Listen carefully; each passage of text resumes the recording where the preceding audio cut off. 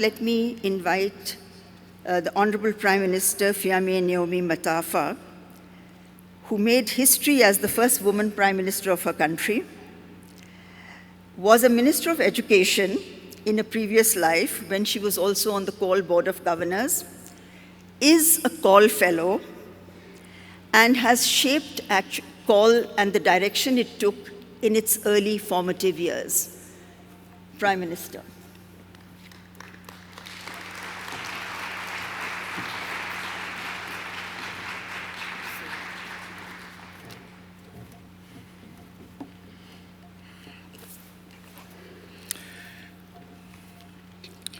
Excellencies, distinguished participants, ladies and gentlemen, I'm very pleased and excited to join this important gathering of champions for educational resilience.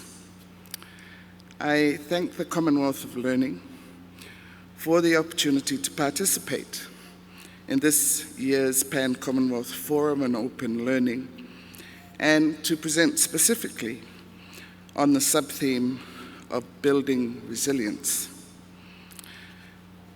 Education systems in all the small islands developing states, and especially those most vulnerable of the Commonwealth, regularly face disruptions due to natural disasters, health crises, and conflict situations.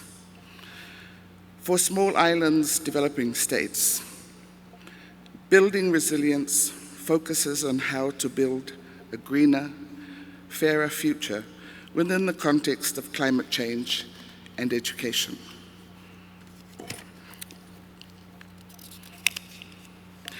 Samoa's commitment to resilience is reflected in how we have situated it within the context of our National Development Strategy, the Pathway for the Development of Samoa, which articulates the priorities that will shape Samoa's development for the next 5 years, premised on key pillars for sustainable development.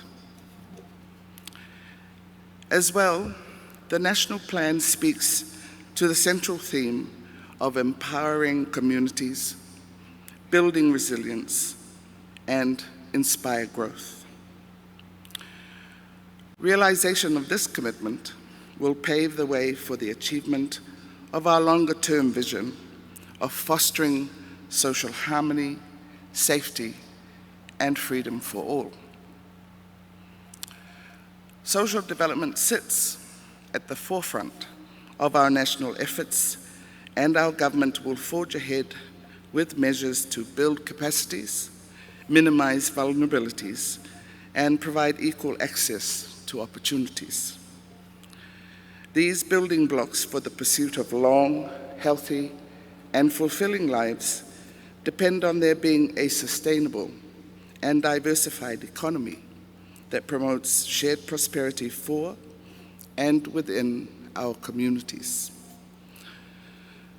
While outcomes are essential for the effectiveness of planning, the options in pursuit of those outcomes are equally as important. Hence, protecting people's rights, ensuring the integrity of governance systems, and securing partnerships that can benefit Samoa are critical. Environmental conservation and sustainability remain crucial in building resilience, and we will strengthen measures towards climate change mitigation, adaptation, and disaster risk management.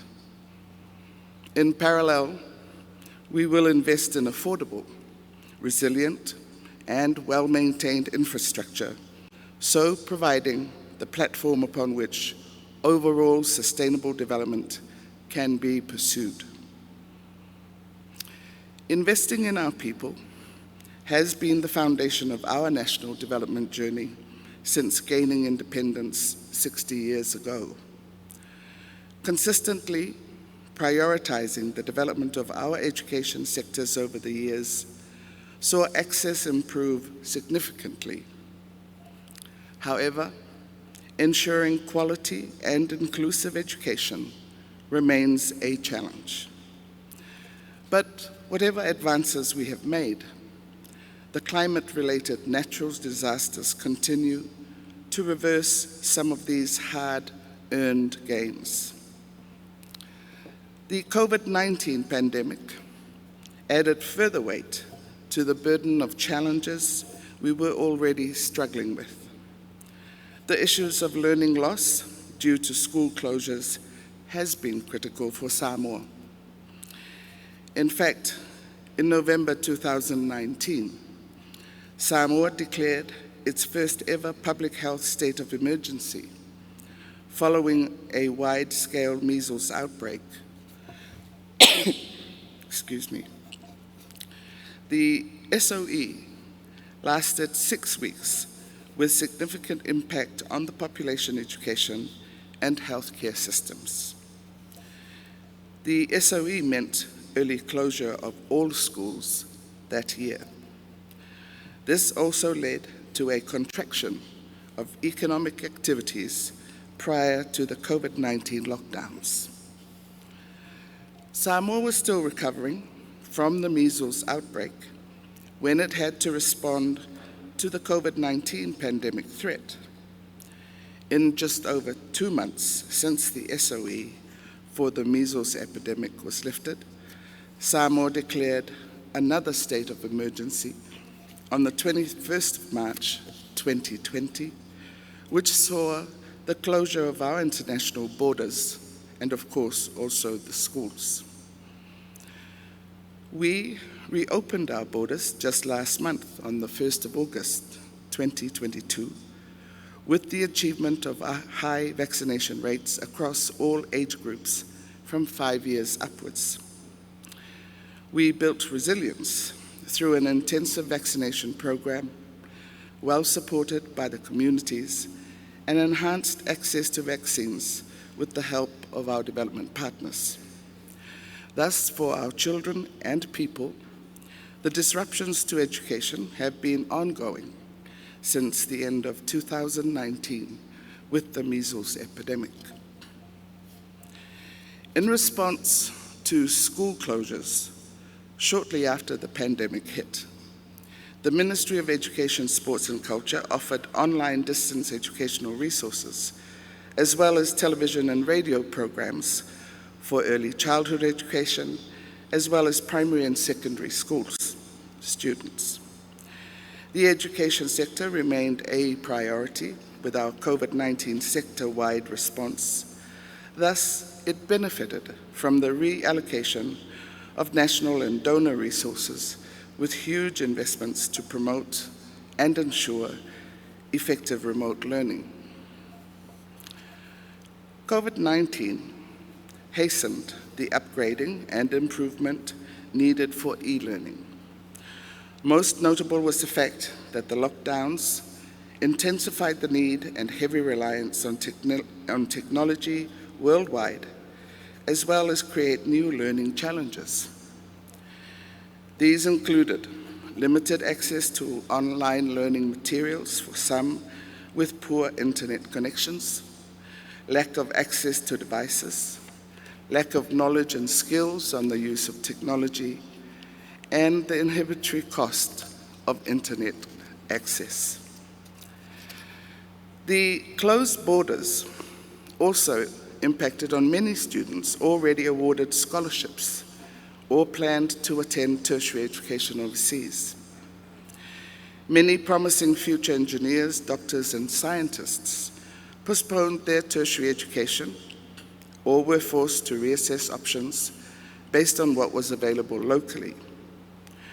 This also raised questions on the need for more investment in our national universities and institutions and the limited options available to Samoans. Ladies and gentlemen, our experience with COVID-19 and our ongoing fight with climate change and its impacts on our people and infrastructure reinforces our conviction on the importance of technology and open, distance, and online learning for providing access to quality education. Technological innovations will be key to building resilient education systems. But for a SIDS like Samoa, the best technological innovations will be those that are affordable, accessible, and easy to use. There also needs to be policy interventions and a tailored approach to suit the different circumstances, to avoid uneven access, but ensure inclusivity and more opportunities for all. With the rapid change in technology and the many global challenges, we will need education systems that can evolve with our circumstances and can effectively anticipate, respond, and adapt to challenges such as natural disasters and pandemics. We convince ourselves that technology is one of the means by which to build resilience in order to adjust and recover from these changes in what is now the new normal that we live in. However, the heavy reliance on technology also exacerbates the social and digital divides. Samoa's pathway for development is dedicated to empowering communities, building resilience, and inspiring growth. Our focus is for quality education, ensuring that all persons access equal opportunities to learning and development. We have learned that building resilience requires a multimodal approach with the use of print, TV, radio, online, and offline platforms which supplement each other, but in an integrated way so that no child is left behind. In addition to online platforms, we promote strong partnerships between the government, churches, and private schools through the provision of grants to support an extensive network of educational facilities across Samoa. In partnership with international partners such as COL, our National University of Samoa institutionalized technology-enabled learning and worked with a Samoan NGO, METI, to bring healthy living and life skills training, for example, to 25 villages in Samoa. Partnerships are a key to resilient education systems. We also need education systems that continue to provide opportunities for all age groups and respond to the skills and knowledge needs of populations throughout their evolving life cycles. In Samoa, the climate resilience has been mainstreamed across all sectors, including integration into the school curriculum from ECE to secondary level, as well as disaster and energy climate change courses at the National University of Samoa, with certificates on sustainable energy and climate change and disaster risk management. Quality and resilient education throughout life helps people to be more concerned about the environment and to learn how to protect it. People with more education learn how to lower their negative impact on the planet by managing better their consumption, production, and trade. Education can encourage people to use energy and water more efficiently and recycle household waste. The ocean we live in has provided our island communities with their cultural and historical identity and attachment since time immemorial. Pacific peoples rely on the ocean for food, income, culture, and recreation that are so important to our way of life. The ocean is core to our way of life, and hence building resilience means maintaining and preserving this valuable heritage that we are custodians of, and ensure sustainable management for the benefit of our present and future generations. Despite our best efforts to sustainably manage the ocean, climate change-driven impacts such as ocean acidification and confronting the scourge of marine and plastic pollution are among a number of serious threats to the health and resilience of our shared ocean. Proactive promotion of the climate change oceans nexus through school curricula builds resilience. Samoa joins its Pacific neighbours in calling for ambitious emission reductions to meet the 1.5 degrees Celsius promise of the Paris Agreement. Nationally, we have launched our ocean strategy and climate change policy, which provide the overarching framework for us to reconstruct our approach in addressing our vulnerabilities and focus on leveraging the interdependence of social, economic, and natural systems in generating opportunities.